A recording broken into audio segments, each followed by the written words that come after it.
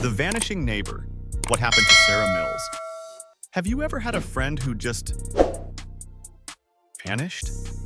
It was a sunny day in the small town of Maplewood. Kids played in the park, dogs barked, and the smell of fresh bread filled the air. Sarah Mills, a 32-year-old mom of two, lived on Elm Street. She was kind, always smiling, and loved by everyone. But one day, she was gone. Sarah's husband, Mike, came home from work to find the house empty. The kids were at school, but Sarah was nowhere. Her phone, purse, and car were all left behind. It was as if she had just disappeared. The police were called, but they found no clues. No signs of a fight, no notes, nothing.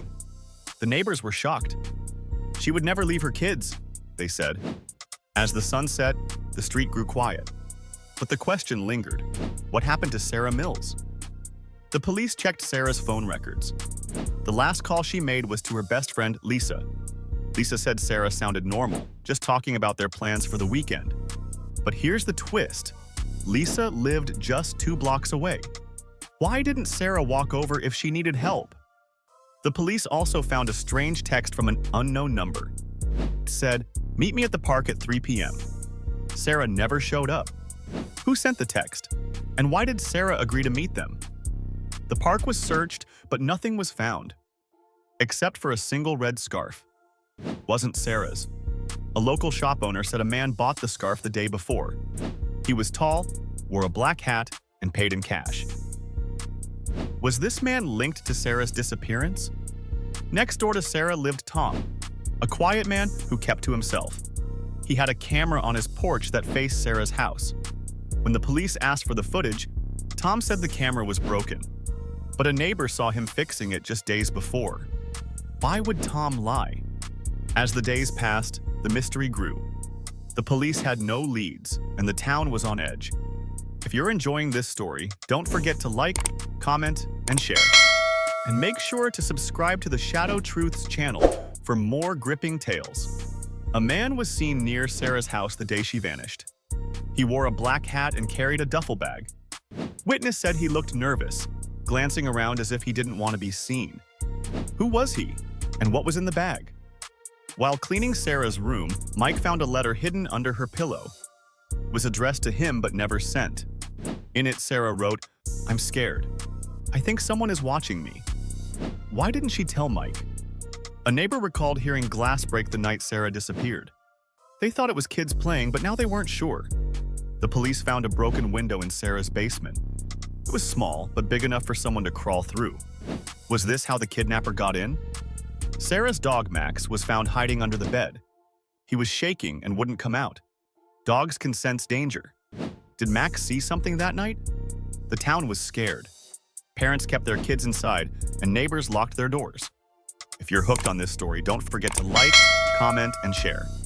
And make sure to subscribe to the Shadow Truths channel for more updates. A truck driver came forward. He said he saw a woman matching Sarah's description at a gas station outside town. She looked scared and was with a man in a black hat. Was this Sarah? And if so, why didn't she ask for help? The police searched an old house on the edge of town. Inside, they found a room with fresh food and a bed that looked used. Was Sarah kept here?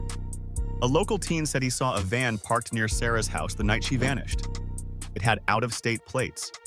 Why didn't he come forward sooner? The police found a note in the abandoned house. It said she knows too much. What did Sarah know, and who was afraid of her? The case remains unsolved. Sarah Mills is still missing, and the town is left with more questions than answers.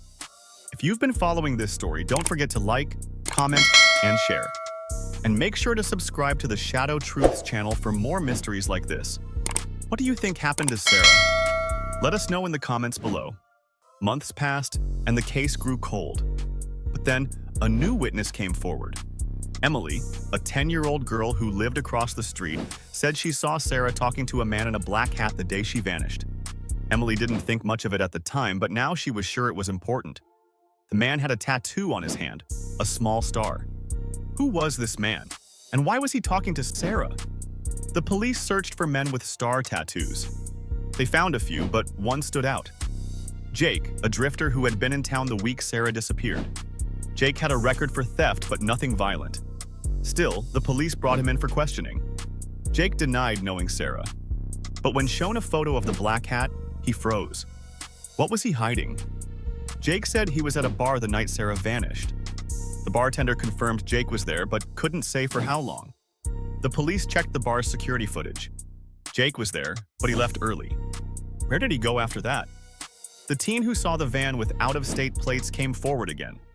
He remembered part of the license plate number, 4JK. The police traced it to a rental company. The van had been rented to a man named Carl, but the ID he used was fake. Was Carl the man in the black hat? A week later, Sarah's house was broken into. Nothing was taken, but the intruder left a note. Stop looking. The police increased patrols, but the town was on edge. Who was warning them to stop? Mike found an old laptop in Sarah's closet. It was password protected, but he guessed the code, their anniversary. Inside, he found emails to a man named Sam. They talked about meeting in secret. Was Sarah having an affair? Or was Sam involved in her disappearance? The police traced the emails to a fake account, but they found a phone number linked to it. The number belonged to a burner phone, bought with cash. Who was Sam, and why was he hiding? Mike found another letter, this time in Sarah's car. It was addressed to Sam. In it, Sarah wrote, "I can't keep this secret anymore. We need to tell the truth." What was the secret? Lisa, Sarah's best friend, remembered something. Years ago, Sarah had mentioned a man named Sam. He was an old friend from college, but Lisa thought Sam had moved away. Was this the same Sam? The police contacted Sarah's college. They found a yearbook photo of Sam, a tall man with a star tattoo on his hand. It was Jake. Why had Jake lied about knowing Sarah? Jake was brought in again. This time he broke down. He admitted he knew Sarah but said he had nothing to do with her disappearance. He claimed they had reconnected online and were just friends. But the police didn't believe him. Tom, the neighbor with the broken camera, finally handed over the footage. It showed a man in a black hat entering Sarah's house the night she vanished. The man was Jake. Jake was arrested, but he still denied harming Sarah. The police searched his apartment and found Sarah's red scarf. How did it get there? The police dug deeper into Jake's past. They found he had been fired from his job for stealing, but they also found something else. A photo of Sarah and Jake together, taken just weeks before she vanished. Why had Jake hidden their friendship? As the trial began, a new witness came forward. Sam. Sam said he had been helping Sarah investigate Jake. She thought Jake was involved in a local theft ring, but before she could go to the police, she vanished. Was Jake trying to silence her? The jury found Jake guilty of kidnapping, but Sarah's body was never found. The town hoped for closure, but the mystery remained. Where was Sarah? Years later, a hiker found a bone in the woods. DNA tests confirmed it was Sarah's. The police searched the area but found nothing else. What happened to the rest of her? Sarah's case was reopened, but no new leads were found. Mike moved away, hoping to start over, but he never forgot Sarah. Who else knew the truth?